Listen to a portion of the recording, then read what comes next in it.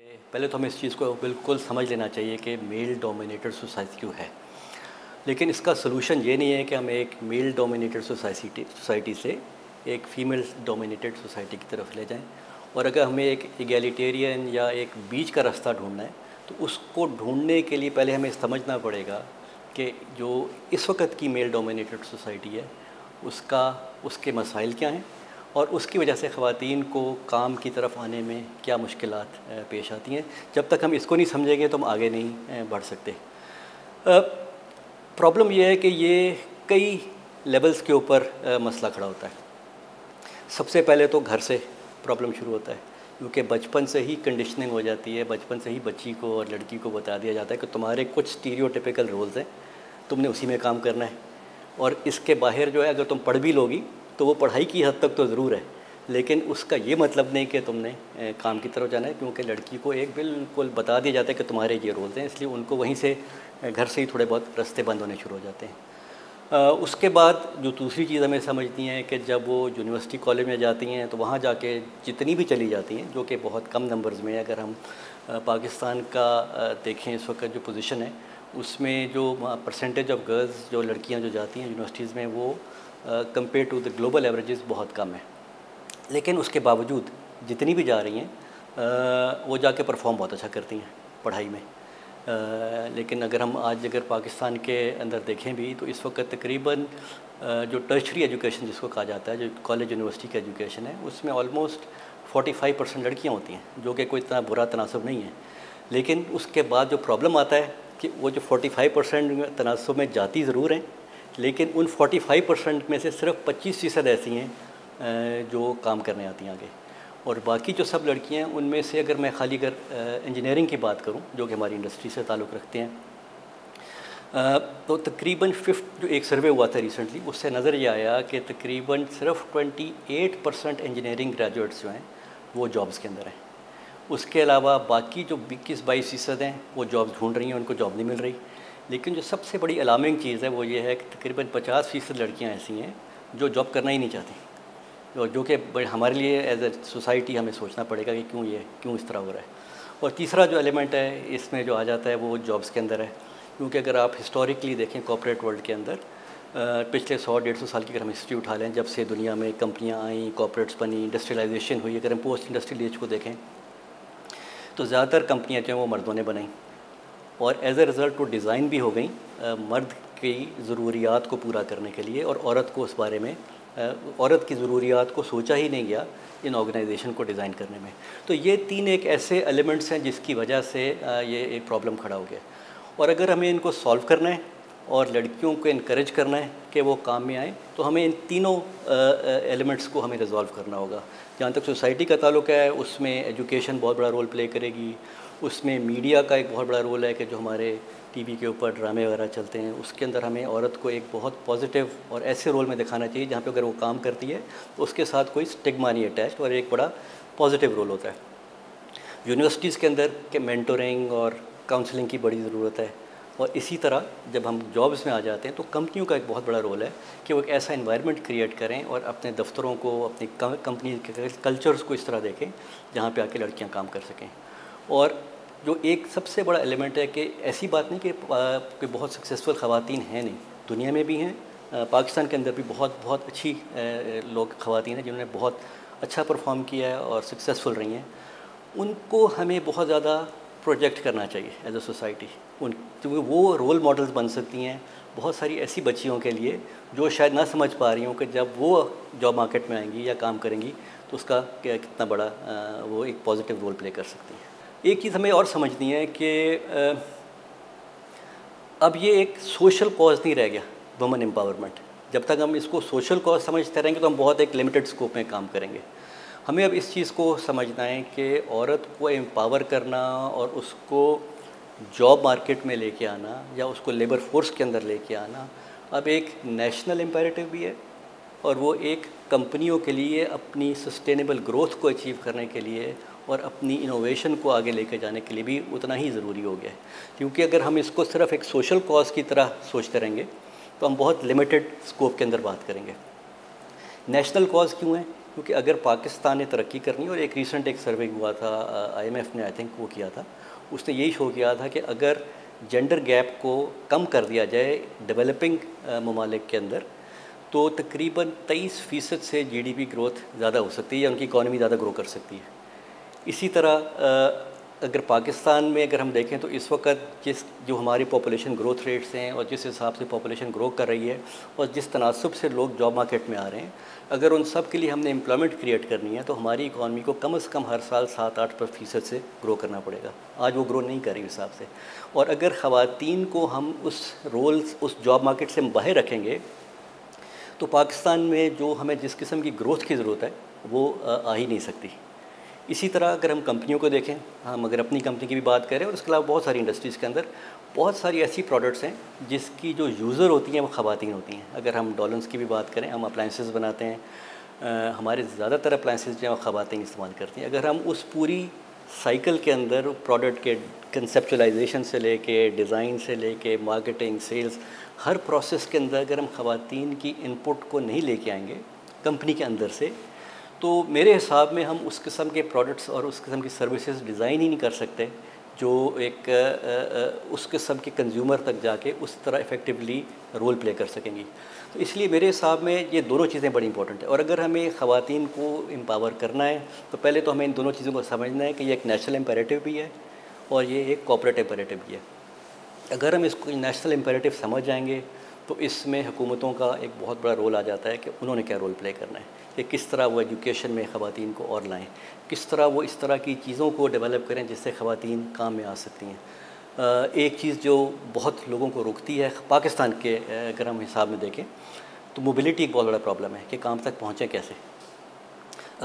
कुछ साल पहले मैंने एक सर्वे देखा था, कराची के अंदर वो किया गया था, और उसमें जो जितनी ख़वातीन से वो सवाल पूछा गया उनमें से तकरीबन 85% ख़वातीन ने बोला कि हमें बस के अंदर या पब्लिक ट्रांसपोर्ट के अंदर हरेस किया गया, मर्दों की तरफ से भी और बस ड्राइवर या कंडक्टर्स की तरफ से भी, जो कि एक बहुत बड़ा नंबर है। जब इस किस्म के प्रॉब्लम्स होंगे तो फिर ख़वातीन काम तक पहुँचेंगी कैसे।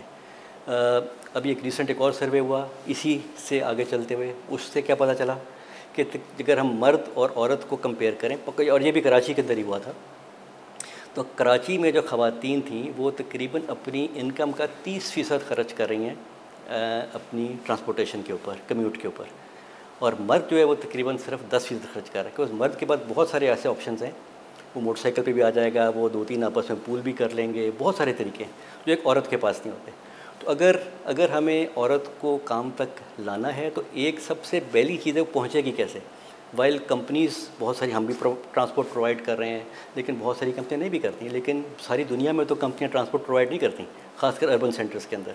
तो एक हुकूमत को ये चीज़ सोचनी पड़ेगी कि ये किस तरह इस मसले को हल करें। ये मैं आपको सिर्फ एक एग्जांपल दे रहा हूँ, इस तरह के और बहुत सारी चीज़ें जब तक हुकूमतें वो समझेंगी नहीं कि ये नेशनल इम्पेरेटिव है, औरत को काम पे लाना कितना हमारी इकॉनमी के लिए ज़रूरी है, तो वो उस किस्म की पॉलिसीज़ नहीं बनाएंगे विच विल हेल्प कि औरत जो है वो काम तक आ सके। दूसरा, जिस तरह मैंने एलिमेंट पहले बात की, कंपनियों को भी यही करने की ज़रूरत है कि हमें समझना पड़ेगा कि औरत की क्या वो ऐसी ज़रूरियात हैं जिनको पूरा करना बहुत ज़रूरी है। अब मैं पर्सनली स्पीकिंग अगर आप मेरा पूछें तो मैं जो है कहता हूँ कि औरत को सिंपथी नहीं चाहिए, औरत को एम्पथी चाहिए। और एम्पथी का मतलब है कि आपको एहसास अपने अंदर पैदा करना पड़ता है कि उस औरत ने अगर काम पे आ गई है तो वो इक्वालिटी जो है ना वो मसला हल नहीं करती। इक्वालिटी आपको राइट्स तक हो सकती है, इक्वालिटी आपकी पे के अंदर हो सकती है, इक्वालिटी बहुत सारी चीज़ों में हो सकती है, लेकिन जो हमने इन्वायरमेंट क्रिएट करना है, जो कल्चर क्रिएट करना है, अगर हमें उस कल्चर तक पहुंचना है तो हमें एहसास की ज़रूरत है, जिसको अंग्रेज़ी में एम्पथी कहते हैं। और जब तक हम एम्पथी नहीं लेके आते तो वो एक्विटी नहीं क्रिएट होती जो एक औरत को जिसकी ज़रूरत है काम पे आने के लिए। और जब तक हम अपनी ऑर्गेनाइजेशंस को, अपने दफातर को औरत को दफ्तर में ला के काम करवाने के लिए तैयार नहीं करेंगे और उस किस्म की पॉलिसीज़ नहीं बनाएंगे जो उसकी ज़रूरत है और जो शायद एक मर्द की नहीं थी, तो वो एम्पावर कैसे होगी, क्योंकि वो काम पे नहीं आएगी। तो इसलिए मेरे हिसाब में हर ऑर्गेनाइजेशन, हर इंडिविजुअल को जो चीज़ करने की ज़रूरत है, हम सबको एज ह्यूमन बीइंग्स, एज मर्द, एज ऑर्गेनाइजेशन, एज लीडर्स, हमें एनेबलर बनना पड़ेगा for empathy which will lead to equity और जब तक एम्पैथी और इक्विटी नहीं होगा तो जो आपने एम्पावरमेंट की बात की वो आ ही नहीं सकती। हमारा जर्नी जो है, ऑल्दो डॉलर्स पाकिस्तान में पिछले तकरीबन 43-44 ईयर्स से हम यहाँ पे हैं। हम अब एक टर्किश कंपनी है। पहले हम लोकल एक ऑर्गेनाइजेशन थे। 7 साल पहले we acquired Dawlance in Pakistan, और हम आर्चेलिक हमारा ग्लोबल नाम है। और आर्चेलिक के अंदर वेमेन एम्पावरमेंट और DEI जिसको कहते हैं, डाइवर्सिटी इक्विटी एंड इंक्लूजन, एक बहुत हमारा मेजर एलिमेंट है हमारी स्ट्रेटजी का। उसी को सामने रखते हुए, और पर्सनल मेरा बिलीफ भी है ऑब्वियसली इसके अंदर, तो हम अब इसको बहुत इफ़ेक्टिवली ड्राइव कर रहे हैं। इसमें हमने बहुत सारे स्टेप्स लिए। सबसे पहली जो इम्पोर्टेंट चीज़ थी कि हमने एक जो सवाल अपने सामने रखा एज द लीडरशिप टीम, वो ये था कि कोई ऐसी जॉब है इस कंपनी के अंदर जो औरत नहीं कर सकती। और ये सवाल हम अपने आप से पिछले कई सालों से पूछ रहे हैं, और आज तक हम अभी तक कोई एक ऐसी जॉब भी आइडेंटिफाई नहीं कर पाए अपनी कंपनी के अंदर जो औरत नहीं कर सकती। तो ये तो हमारा एज एन ऑर्गेनाइजेशन हमारा बहुत पक्का बिलीफ हो गया हुआ है कि हमारी कंपनी के अंदर हर जॉब एक औरत भी कर सकती है। और हम बहुत एक लो नंबर से शुरू हुए थे, आज हम तकरीबन 15% पे पहुंच चुके हैं। लेकिन हम जो इम्पॉर्टेंट चीज़ है कि हम वो 15% में पहुंचने का, और हमारा जो एस्पिरेशन है, पहला स्टेप जो है, हमने इसको 30% पे लेके जाना है अगले 4-5 साल में, और उसके बाद इंशाल्लाह हम 50% तक भी पहुंचने की कोशिश करेंगे। तो ये तो हमने अपने लिए टारगेट सेट कर लिए। लेकिन विमेन एम्पावरमेंट या जेंडर एक्विटी जो है वो खाली KPI नहीं हो सकता, जिस तरह मैंने पहले ही बोला, ये एक बिज़नेस इम्पेरेटिव है। और अगर बिज़नेस इम्पेरेटिव है तो हमें एक ऐसी इन्वायरमेंट क्रिएट करनी थी जहाँ पे लड़कियाँ आके सेफ़ फील करें। उनकी जो ज़रूरियात हैं, हमने उनको पूरा करने के लिए बहुत सारी पॉलिसीज़ बनाई हैं। लेकिन बात वहाँ पे ख़त्म नहीं होती। जो सबसे ज़रूरी चीज़ होती है, जो रिसर्च भी शो करती है, और मेरा अपना तकरीबन 30-34 साल का अब एक्सपीरियंस हो गया, जो मैंने उसमें चीज़ समझी है कि अगर मैं अपनी सक्सेस को देखूँ, उस सक्सेस के अंदर 3-4 चीज़ें जिसने बहुत इम्पोर्टेंट रोल प्ले किया। एक चीज़ है, उसको मैं कहूँगा मेंटोरिंग। दूसरी चीज़ है वेरी स्ट्रॉन्ग और अच्छे प्रोफेशनल नेटवर्क्स। तीसरी चीज़ होती है प्रोफेशनल एंड डेवलपमेंट की अपॉर्चुनिटीज़। अगर ये 3 चीज़ें एक मर्द को बड़े आराम से मिल गई जब हम जॉब मार्केट में आए आज से काफ़ी साल पहले, तो आज अगर हम यही सारी अपॉर्चुनिटीज़ एक औरत को नहीं देंगे तो वो आके तो कॉर्पोरेट वेब के अंदर गुम हो जाएगी। तो हमने अपनी ऑर्गेनाइजेशन के अंदर आज से 2 साल पहले ये एक प्रोसेस शुरू किया। हमने एक ट्रेनिंग का और एक इंटरवेंशन की जिसको हमने नाम दिया ग्रेट टू ग्रेट, जिसमें हमने पहले गोवा के अंदर तकरीबन 100 लड़कियों को उसमें से गुजारा, जो एक पूरे साल की जर्नी थी, जिसमें हमने अपने ही जो हमारे डायरेक्टर्स हैं, हमारी कंपनी के 8 डायरेक्टर हैं, 8 के 8 मर्द हैं, उनको हमने कैटलिस्ट बनाया, उनको हमने चैम्पियंस ऑफ चेंज बनाया, और उन्होंने ही उन 8 लोगों ने इस पूरे साल की जर्नी को क्यूरेट किया इन लड़कियों के साथ, जिसमें उन्होंने उन लड़कियों के साथ मेंटरिंग की अपॉर्चुनिटीज़ दी। इसलिए हर लड़की को उन 8 के साथ अपॉर्चुनिटी मिली मेंटरिंग की, आपस में नेटवर्किंग की अपॉर्चुनिटीज़ मिली ताकि वो एक दूसरे की सपोर्ट बन सकें। और हमने हर किस्म की सॉफ्ट स्किल्स और कुछ हार्ड स्किल्स की उनको ट्रेनिंग अपॉर्चुनिटीज़ भी दी। उस ट्रेनिंग जो हमने, ये जो पूरा जो इंटरवेंशन थी 1 साल की, और इसके बाद जब अब जिस तरह हम अब इसको देख रहे हैं, और हमने इसका जो नाम रखा था ग्रेट टू ग्रेट तो था ही, लेकिन जो हमने जो उसकी ब्रांडिंग की थी वो मशल के नाम से की थी। और मशल इसलिए की थी कि हम, क्योंकि जिस तरह मैंने बताया, हम एक टर्किश कंपनी है, तो मशल एक ऐसा लफ्ज़ है जिसका टर्किश में और उर्दू में एक ही मानी है कि जो है टॉर्च। तो हम इन लड़कियों को, 100 लड़कियों को समझ रहे हैं कि ये हमारी टॉर्च बेरर बनेंगी या मशल राह बनेंगी बहुत सारी लड़कियों के लिए। और इसकी एक जो बहुत बड़ी सक्सेस स्टोरी है कि 2 ऐसी बच्चियाँ थीं, ऐसी लड़कियाँ थीं जो इस प्रोसेस में से गुजरी। वो हमारे पास आज से 2 साल पहले एज अप्रेंटिसेस आई थी एक ट्रेनिंग इंस्टीट्यूट से मुल्तान में। उधर से उन्होंने उस 1 साल में अपने अंदर इतना कॉन्फिडेंस बिल्ड कर लिया कि अब वो एक ऐसे घर से, एक ऐसे माशरे से आ रही थी जहाँ पे लड़की के लिए काम करना एक ऐसी चीज़ थी जो कोई सोच भी नहीं सकता था। लेकिन इस 1 साल की जर्नी ने उन दोनों लड़कियों को इतना कॉन्फिडेंस दिया कि आज वो हमारे लिए और पाकिस्तान में हमारी इंडस्ट्री के अंदर पहला एक औरतों का ओन करना और चलाने वाला फ्रेंचाइज़ उन्होंने खोला है हमारा कस्टमर सर्विस का, जो कि एक बहुत बड़ी अचीवमेंट है। और मेरे लिए एक बहुत बड़ा ये फ़ख्र का मुकाम है, बिकॉज़ हमने जो ये जर्नी शुरू की थी, अगर उसमें से ये 2 बच्चियाँ निकल आई हैं तो मुझे पूरा यकीन है कि जो बाकी 98 भी इसमें से गुजरी हैं, उन्होंने भी इसमें से बहुत कुछ सीखा होगा और उनके अंदर एक बहुत बड़ा कॉन्फिडेंस डेवलप हुआ होगा, जिसकी बिना पे वो आगे चलेंगी। तो ये ट्रेनिंग एंड डेवलपमेंट, तो ये 3 चीज़ें जो मैंने आपको जिस तरह बताया, तो हमारा पॉलिसीज़ भी हैं, हम ट्रेनिंग डेवलपमेंट की अपॉर्चुनिटीज़ भी दी, हमने मेंटरिंग की अपॉर्चुनिटीज़ भी दी, और जो सबसे इम्पोर्टेंट चीज़ है कि हमने अपनी एचआर को अब मैंडेट कर दिया है कि एटलीस्ट जो लीडरशिप लेवल के ऊपर अगर कोई इंटरव्यूज़ की अपॉर्चुनिटीज़ आती हैं, कोई हायरिंग हो रही होती है, तो हम एटलीस्ट 50% जो है उसके अंदर हमारी कोशिश है कि जो फाइनल इंटरव्यू तक लोग पहुँचें उसमें 50-50 का एटलीस्ट रेशो ज़रूर हो, ताकि हम इक्वल अपॉर्चुनिटी प्रोवाइड करें लड़कियों को भी। लेकिन ऑब्वियसली उसकी जो पोटेंशियल है उसके ऊपर कोई कॉम्प्रोमाइज़ नहीं है, लेकिन एटलीस्ट हम कोशिश कर रहे हैं कि हम उसको एक मैंडेट के थ्रू लेके आ रहे हैं, ताकि एटलीस्ट जब फाइनल इंटरव्यू तक लोग पहुँचे तो हमारे पास दोनों जेंडर के लोग हों, और फिर जो भी उनमें से बेहतर होता है वो कंपनी में आ जाता है। और अब हम कोशिश कर रहे हैं कि इस तरह हम अपने नंबर्स को बढ़ाएं, लेकिन जब तक हमने ये बाकी चीज़ें ना की होती तो नंबर्स खाली बढ़ाने से बात नहीं बन रही थी, क्योंकि हमें अब लड़कियों को नॉन स्टीरियोटिपिकल रोल्स के अंदर लेके आना है। मुझे बड़ी खुशी होती है बताते हुए कि हमसे कुछ साल पहले अगर आप मेरे से सवाल पूछते तो हमारे पास 1 या 2 लड़कियां थीं जो इंजीनियरिंग साइड पे थीं। आज हमारे पास जितने भी इस कंपनी में इंजीनियर्स काम कर रहे हैं उनमें से 12% लड़कियां हैं। अभी पिछले हफ्ते मैंने एक सेशन किया था, 12 उनमें से काफ़ी सारी उनके साथ में बैठा था, क्योंकि वो world engineering women in engineering day था। और जिस किस्म की उनकी इंस्पिरेशनल कहानियाँ थीं, जिस किस्म की वो स्ट्रगल्स के साथ वहाँ तक पहुँची, और जितना वो अब इन्जॉय कर रही हैं एक बहुत एक्टिव रोल प्ले करना इन द इंडस्ट्री जिसके लिए वो ट्रेन हुई थी, जिधर वो शौक़ से गई थी। और उन सब बच्चियों से जब आप बात करें तो नज़र ये आ रहा था कि प्रेशर बहुत था, फैमिली का भी, सोसाइटी का भी, कि इंजीनियरिंग में तुम क्या करोगी, लेकिन उन्होंने वो बैरियर्स को तोड़ा, जाके इंजीनियरिंग की डिग्री की, और अब वो एक बहुत पॉजिटिव रोल प्ले कर रही हैं हमारी कंपनी के लिए भी, मुआशरे के लिए भी, वो अपनी फैमिलीज़ के अंदर बहुत सारों के लिए मसले राह बन रही हैं। और मेरी नज़र में जिस किस्म का वो काम कर रही हैं वो शायद मर्द ना कर पाता। चैलेंजेस, हम इक्वल अपॉर्चुनिटी तो मेरे नज़र में कोई चैलेंज नहीं है। जिस तरह मैंने अभी बात की कि जब हमने फ़ैसला कर लिया है कि कोई जॉब ऐसी नहीं है जो लड़की नहीं कर सकती, वो तो इक्वल अपॉर्चुनिटी तो क्लियर है। इक्वल पे भी हमने इंश्योर की हुई है, हम उसमें कोई कॉम्प्रोमाइज़ नहीं करते। तो इक्वल का जो वर्ड है वो तो मेरे लिए चैलेंज नहीं है, मुझे नहीं नज़र आता कि हमारी कंपनी में वो चैलेंज होगा। एक्विटी में शायद थोड़ा मसला हो, और वही चैलेंज है जिसको हमें अभी अबूर करना है।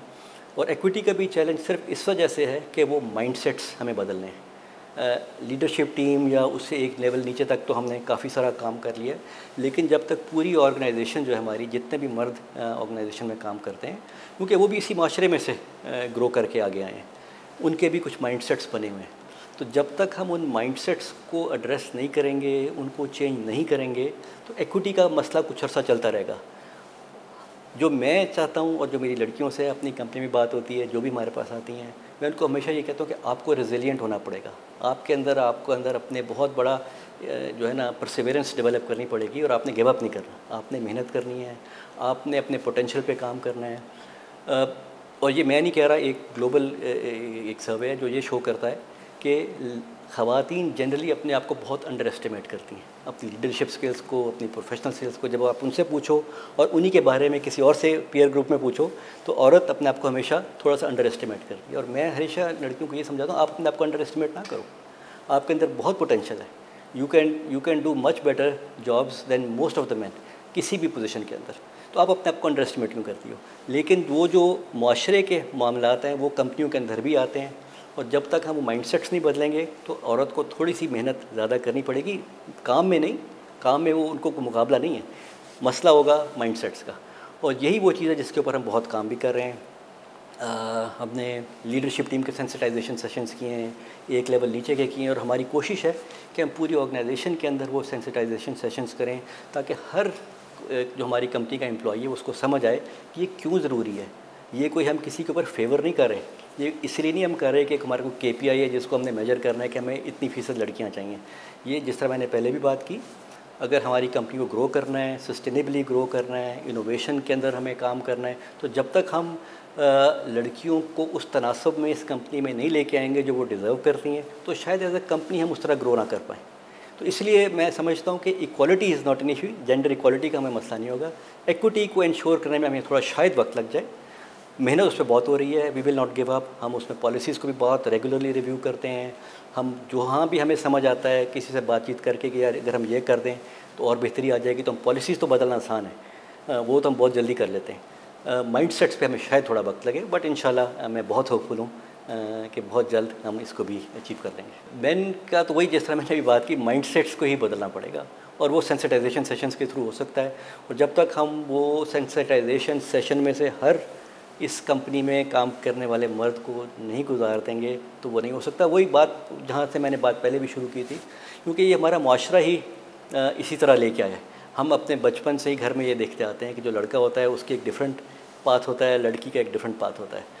आप उनको, लड़कों को डिफरेंट तरह इनकरेज करते हैं, लड़कियों को किसी और तरह इनकरेज करते हैं। जब तक वो घरों से नई चीज़ शुरू होगी, उसमें जिस तरह मैंने पहले भी बात की, जब तक हमारा मीडिया, हमारा सोशल मीडिया, हमारे ड्रामास, बहुत सारी चीज़ें जिनको बदलना पड़ेगा अपना नैरेटिव, और एजुकेशन के अंदर बहुत सारा काम करने की ज़रूरत है। लेकिन सबसे, जब मैं अपनी कंपनी की बात करूं, तो हमें जब तक सारे लोगों को सेंसिटाइजेशन में से नहीं गुजार लेंगे, सब लोगों की बिल्कुल वही अंडरस्टैंडिंग और बिलीफ नहीं हो जाएगा कि ये क्यों ज़रूरी है, तो ये चीज़ हो, it's a game of hearts and minds. जब तक वो दिल से उनको यकीन नहीं होगा ना, तो उनका माइंड उस चीज़ की तरफ जाएगा नहीं कि ये क्यों ज़रूरी है। तो आई थिंक हमें जो चीज़ करनी है अपने ऑर्गेनाइजेशन के अंदर, वो वही सेंसिटाइजेशन सेशंस हैं जिनकी मैं बात कर रहा हूँ। वो चल भी रहे हैं इंशाल्लाह। हमारा बहुत एक अच्छा इस पर प्लान हुआ है उसको रोल आउट करने का पूरी ऑर्गेनाइजेशन में। आहिस्ता आहिस्ता हम उसको लेकर चल रहे हैं, उसको रिपीट भी करते रहेंगे और उसको तक हम गिव अप नहीं करेंगे जब तक हमें ये फीलिंग नहीं मिल जाएगी कि हर एक का जो दिल है वो उसे दिल से मानता है कि ये क्यों ज़रूरी है। चैम्पियंस ऑफ चेंज अलायंस एक बहुत ज़बरदस्त इनिशिएटिव है। ये ऑस्ट्रेलिया से शुरू हुआ था, हमें इसका इतना नहीं पता था। हमने एज अ कंपनी इसको अभी कुछ महीने पहले ही ज्वाइन किया है। पाकिस्तान में काफ़ी अरसे से काम कर रहा है और मेरी नज़र में ये एक बहुत ज़बरदस्त इनिशिएटिव है जो शुरू हुआ था, बिकॉज़ इसमें लाइक माइंडेड लोग और ऑर्गेनाइजेशंस एक ग्रुप में आके बैठते हैं। और जो पाकिस्तान में कोलिशन जिस तरह चल रही है, इसमें बहुत बड़ी बड़ी कंपनियों के सीईओज़ बैठे हैं और वहाँ पे जिस किस्म की शेयरिंग होती है ऑफ नॉलेज, शेयरिंग होती है ऑफ बेस्ट प्रैक्टिसेस, वो बहुत इफ़ेक्टिव है। बिकॉज़ ये ज़रूरी नहीं कि मैंने कोई चीज़ की है तो सबको समझ आ जाए। तो इससे जो फ़ायदा होगा वो ये हो रहा है कि बहुत जल्दी आपको ऐसी चीज़ें पता चल रही हैं जो किसी और के लिए सक्सेसफुल हुई थी। तो हमारा जो लर्निंग कर्व है वो बहुत तेज़ हो जाता है। अगर मैंने कोई चीज़ की जिससे मुझे फ़ायदा हुआ तो मैं जाके सबसे शेयर करूँगा, और जो मैंने चीज़ की अगर उसमें कुछ लर्निंग थी या कुछ चीज़ों को हमें चेंज करना पड़ा तो दूसरे को उस चेंज में से नहीं गुजरना पड़ेगा और वो जल्द उस चीज़ के बेनिफिट्स को अचीव कर लेगा। तो इसलिए आई थिंक ये एक बड़ा ज़बरदस्त इनिशिएटिव है और इसमें सिर्फ लोकल नहीं, बिकॉज ये ग्लोबल इनिशिएटिव है। तो इसमें हमें बाकी दुनिया से भी जो लोग चीज़ें कर रहे हैं फॉर जेंडर एक्विटी, उसके ऊपर भी बात होती है। हम सारी चीज़ों से सीखते हैं, उनको इम्प्लीमेंट करते हैं और मेरी उम्मीद है कि और कंपनियां भी इसके अंदर आएंगी। जैसे जैसे उनको समझ आएगा कि इसका कितना फ़ायदा हो रहा है तो लोग इसको ज़रूर ज्वाइन करने की कोशिश करेंगे। और आगे जाते मैं समझता हूँ कि ये एक बहुत स्ट्रॉन्ग, जिस तरह मैंने अभी पहले भी बातचीत की, उसमें मैंने कहा कि हुकूमत को भी कुछ रोल प्ले करना है in ensuring this as a national imperative. तो मेरी नज़र में जो ये चैम्पियंस ऑफ चेंज जो कोलिशन है, ये एक बहुत अच्छा एडवोकेसी बॉडी भी बनेगी आगे जाके, जहाँ वो गवर्नमेंट को भी फैसिलिटेट करेगी इन आइडेंटिफाइंग कि वो ऐसी क्या चीज़ें हैं जो बाकी दुनिया में तो औरत को मिल जाती हैं हुकूमत की तरफ से, जिसकी वजह से उनके नंबर्स इतने बड़े हो रहे हैं, लेकिन पाकिस्तान में नहीं। तो आई थिंक जब हम एडवोकेसी की तरफ इसको ले जाएंगे तो ये और ज़्यादा इफ़ेक्टिव इदारा बन जाएगा। ये तो एक ऐसी चीज़ है जो आगे होनी ही है, क्योंकि इसके जितने भी इस वक्त इसकी जो मेंबरशिप है वो सारी पाकिस्तान की टॉप कॉरपोरेट्स हैं।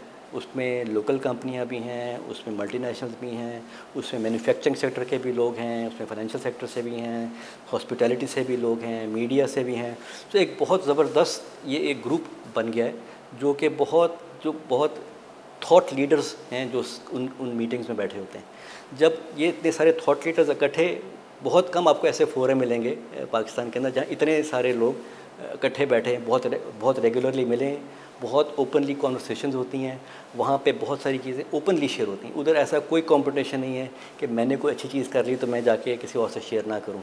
बहुत ओपन शेयरिंग होती है। तो मेरी नज़र में क्योंकि वहाँ इतनी ओपन शेयरिंग हो रही है, इतने थॉट लीडर्स इकट्ठे बैठे हैं, इतने टॉप एक्सपीरियंस लोग इकट्ठे बैठे हैं और हर किस्म की इंडस्ट्री के लोग वहाँ बैठे हैं, तो जिस किस्म की वहाँ से लर्निंग्स निकल के आ रही हैं वो पाकिस्तान की तरक्की में बहुत बड़ा रोल प्ले करेंगी। जिस तरह मैंने बात की कि अगर पाकिस्तान ने अपनी इकोनॉमिक ग्रोथ को इन्हांस करना है या आगे लेके चलना है तो उसमें औरत को हमें काम पे लाना पड़ेगा। इस वक्त हमारी जो औरतें काम कर भी रही हैं वो ज़्यादातर अनडॉक्यूमेंटेड सेगमेंट के अंदर है। जिस तरह हम कहते हैं कि पाकिस्तान का इस वक्त तकरीबन जो विमेन पार्टिसिपेशन इन वर्क है, लेबर फोर्स है, वो तकरीबन 23-24% है। मेरी नज़र में इससे कहीं ज़्यादा है। ये तो डॉक्यूमेंटेड 23% है या 24% है, लेकिन बहुत सारी ऐसी औरतें हैं जो ऐसे सेगमेंट्स में काम कर रही हैं, ऐसे सेक्टर्स में काम कर रही हैं जो डॉक्यूमेंटेड ही नहीं है। फॉर एग्ज़ाम्पल एग्रीकल्चर के अंदर बहुत औरत काम करती है, अर्बन सेंटर्स के अंदर बहुत सारी औरतें हैं जो घरों में काम करती हैं जो डॉक्यूमेंटेड नहीं है। इसके अलावा इंडस्ट्री के अंदर बहुत सारी अनडॉक्यूमेंटेड है। तो पहला जो एलिमेंट है, इस कोलिशन के थ्रू हमें किसी तरह कोशिश करनी है कि हम ये नैरेटिव चेंज करें कि पाकिस्तान का जो इस वक्त है वो 23 से 24% है। मेरी नज़र में उससे कहीं ज़्यादा है। और अगर हमें इसको, जब तक हम इसको डॉक्यूमेंटेड भी नहीं लाएंगे तो और लोगों को इसमें से वो इंस्पिरेशन ही नहीं मिलेगी कि हम काम करें। और जो पाकिस्तान ने एक्चुअली जो अपनी तरक्की का तनासब जहाँ तक हम पहुँच सकते हैं, जहाँ हमें पहुँचने की ज़रूरत है अपनी सारी पॉपुलेशन को इफ़ेक्टिवली एम्प्लॉयमेंट क्रिएट करने के लिए, वो हो ही नहीं सकता। तो मेरी नज़र में चैम्पियंस ऑफ चेंज कोalition जो है कंपनियों को तो फ़ायदा देगी ही, लेकिन जब हम सब मिल के बैठेंगे, हम सारी बातचीत को आगे लेके चलेंगे, तो एक नेशनल कॉज भी बहुत बड़ा इससे अचीव होगा। एंड इसलिए we are looking forward to that. हमें बहुत खुशी है कि हम इसके मेंबर हैं, हम इसका पार्टिसिपेट कर रहे हैं और हम एक नेशनल कॉज की तरफ भी काम कर रहे हैं। बिकॉज अगर हमें मुल्क को इसको तरक्की की तरफ लेके जाना है, चीज़ें बदलती रहती हैं, इकोनॉमिक क्राइसिस आते हैं, चीज़ें चलती रहती हैं, लेकिन अगर कौम ने तरक्की करनी है, मुल्क ने तरक्की करनी है, तो हमें औरत को वो अपॉर्चुनिटीज़ देनी पड़ेंगी, उनको एम्पावर करना पड़ेगा, उनको ना सिर्फ टेबल पे लाना है बल्कि उनको वॉइस देनी पड़ेगी, ताकि वो अपनी वॉइसेस को हमारे साथ शेयर कर सकें, अपने ओपिनियंस को हमारे साथ शेयर कर सकें। और वो तभी होगा जब ये सारी कंपनियां इकट्ठी बैठेंगी, एक दूसरे से सीखेंगी, और ये एक इतना रिपल इफेक्ट क्रिएट होगा कि बहुत जल्दी मैं समझता हूँ कि बहुत सारी कंपनियां इससे सीखेंगी और आगे चलेंगी। और गवर्नमेंट भी को भी हम जब एडवोकेसी करेंगे तो गवर्नमेंट भी अपनी पॉलिसीज़ को रिकन्सिडर डेफिनेटली करेगी बेस्ड ऑन आवर लर्निंग्स।